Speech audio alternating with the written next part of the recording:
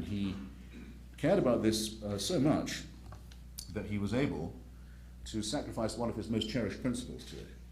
His most cherished principle as President and as Secretary of State was to defend the French Revolution from the British Empire at almost any cost. In fact, most of his great political mistakes were made from underestimating how badly the Jacobins had debauched the French Revolution. He wouldn't, in a way, agree to hear bad news from Paris in their years, and was a fierce partisan of the French against the British in all matters, until an event which we don't pay enough homage to occurred. I don't think Americans are aware of the debt that they owe to the slave rebellion that took place in Santo Domingo, what we now call Haiti, in the 1790s, led by the first real slave general in history since Spartacus, Toussaint Louverture, inspired by the ideas of the French Revolution, but directed against French colonial rule. And the effort required to put down this slave rebellion, which is brilliantly described by C.L.R. James in his wonderful history called Black Jacobins, cost the French almost a whole army and a whole fleet, not just because of the extraordinary resistance of the slaves, but also because of the terrible climate and climatic and health conditions on the island, and forced them into a position where they had to consider selling what they had in North America to some party or other. And Jefferson, through his envoys, made it very clear to Mr. Talleyrand and others in Paris, if you do not sell this territory to the United States, we're willing to make a military alliance with Great Britain against you. In other words, he would sacrifice his most cherished allegiance in order to increase the power, the strength, and the extent of the United States. And by this brilliant maneuver, backed up with a believable threat, he induced Napoleon and Talleyrand to sell not just the port of New Orleans, and thus finally to grant America access to its heartland of the Mississippi, but everything that France had in North America, which had the effect, as Henry Adams puts it, of doubling the size of the United States in one day for 5 cents an acre. A fairly extraordinary achievement. And you all probably know the influence of the date, the 4th of July, in Jefferson's life. First, it's the Declaration of Independence. Second, it's the day on which both he and John Adams die in different parts of the country. But it's also, I found in my research, is a very significant day in another sense. On the 4th of July, the very 4th of July, when the Louisiana Purchase was announced in the official Gazette in Washington, Jefferson issued the orders to Lewis and Clark to leave town, go to Pittsburgh, and move out to the west. This had been very long prepared and was, in my opinion, properly classifiable as an Enlightenment expedition. Lewis and Clark had been sent to Philadelphia by Jefferson. They were there to be taught how to navigate by the stars, how to administer injections against smallpox to Indians, very important, as Jefferson had to everyone on his estate, incidentally, in Monticello, including all the slaves. How to master some elementary Indian languages. Jefferson had drawn up a taxonomy of the existing Indian tongues. In print, we've lost it. It was all swept away in a flood. We'll never get it back again. It's a terrible thing to know, but Jefferson came as near as could be to codifying and understanding and writing down Indian languages. They were taught that. They were taught how to conduct very simple medical operations. Benjamin Rush, a great physician, trained them in medicine too. They were to set off to collect samples of fossils and bones and plants and trees and animals for the greater enlightenment of the East Coast and the greater expansion of the United States. The word for doing this when Napoleon went to Egypt and the British went to India was Orientalism. I would say Jefferson deserves to be credited with Occidentalism. He wanted not to conquer the West, but to explore it, to assimilate it, to share our knowledge with it and to acquire its knowledge for ourselves. And he told them as they set off, when you encounter the leaders of the Indian peoples, as you will, you are to, as I've always told you, treat them with great courtesy and great respect. But you may also tell them, as of today, because this was the day the purchase had been announced of Louisiana, that they already live in the United States.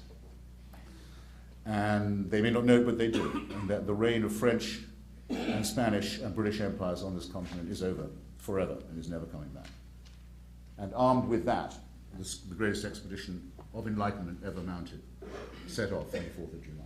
I think it's a nice coincidence. I don't believe there's a special providence for the United States, but sometimes I'm tempted to think about it. So that's quite an achievement for a president. In other words, by the end of his presidency, the country He's not president of the same state or the same country. He's president of a vastly larger empire and a very rapidly expanding dominion. And it's evident by then because he's talked to people who are thinking about Alaska and the Northwest Passage and California. It's evident by the time he's over that yes, we will find the West Coast, and we will have a continental-sized republic, and it will only be a matter of time before Quebec and Ontario see reason and want to join in. And if they don't, they'll be cursed. Well, this is very important in my third subject heading, which is that of war and revolution.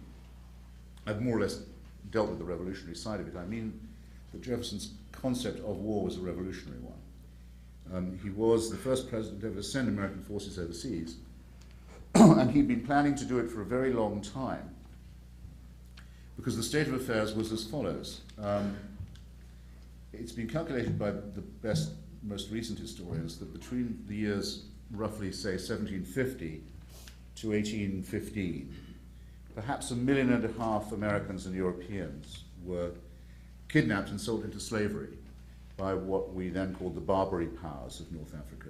That's to say, the North African states of the Ottoman Empire, which would be now Morocco, Algeria, Libya, and Tunisia, known as the Barbary states, partly because of the large Berber population in that part of North Africa.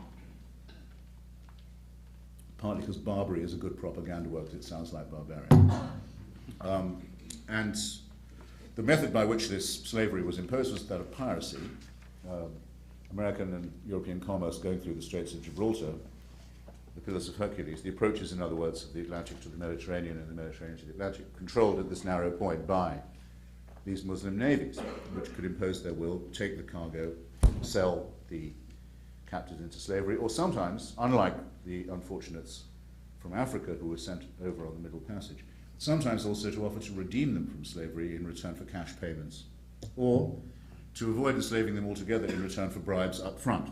Most European powers would pay this tribute, and did. And after the protection of the British flag was withdrawn from American shipping, bears good evidence that the British rather encouraged, when they paid over their bribes, the Barbary states to particularly attack American shipping, make a special target of it. This meant that at the very infancy of the United States, the possibility of free trade in the New World, or with the Old World, was vitiated. It was an intolerable state of affairs. Most presidents, including Adams, had decided to make their peace with it, but Jefferson not. He went to see the ambassador. I'll just quote something here for a moment, if I can interrupt myself. As early as 1786, when he was stationed in Paris, he went to see the Barbary ambassador in London, in Grosvenor Square, and demanded to know of him by what right he made war on American vessels and enslaved American citizens. After all, the United States had not taken part in the Crusades. The United States had not taken part in the Reconquista, the driving of Islam out of Spain and Andalusia. The United States had no quarrel with the Muslim world, as many of the European countries had. This was the reply the ambassador gave, and I'm quoting from the report Jefferson sent to Congress and to John Jay in March 1786. The ambassador answered us, that's him and Adams, the ambassador answered us that their right to this enslavement was founded on the laws of the Prophet, that it was written in their Quran, that all nations who should not have answered their authority were sinners, that it was their right and their duty to make war upon them wherever they could be found, and to make slaves of all they could take as prisoners. I don't think that anything could have struck Jefferson as more hateful than the combination of hereditary monarchs dominating as caliphates and sultan, the northern African countries, and professing a religion that allowed for the enslavement of Americans. It was really, for him, an almost perfectly defined enemy. And as soon as he was elected president, he dispatched the United States fleet and the United States Marines to bombard Tripoli and the other capital cities of North Africa until this practice was ended. And it was actually an extremely successful expedition within a very short time. Not only had the forts and vessels of the Barbary pirate states been reduced, especially in a very famous encounter that some of you would have read about with Stephen Decatur's a great battle in the harbour,